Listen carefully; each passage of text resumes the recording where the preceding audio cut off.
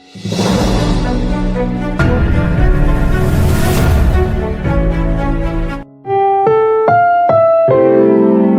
programang ito ay rated SPG. Striktong patnubay at gabay ng magulang ang kailangan. Maaaring may masiselang tema, lengguwahe, karahasan, sexual, horror o droga na hindi angkop sa Welcome back mga ka-Episode Plus, at narito ang mga dapat nating abangan dito nga lang sa Abot Kamay na Pangarap, kung saan matutuloy na nga ang pagtulungan nito ni Annalyn sa pagpapatuloy nga rin ng ginagawa na rin nga na pagtulungan nito ni Lolo Pepe sa mga nabandon nga na bata.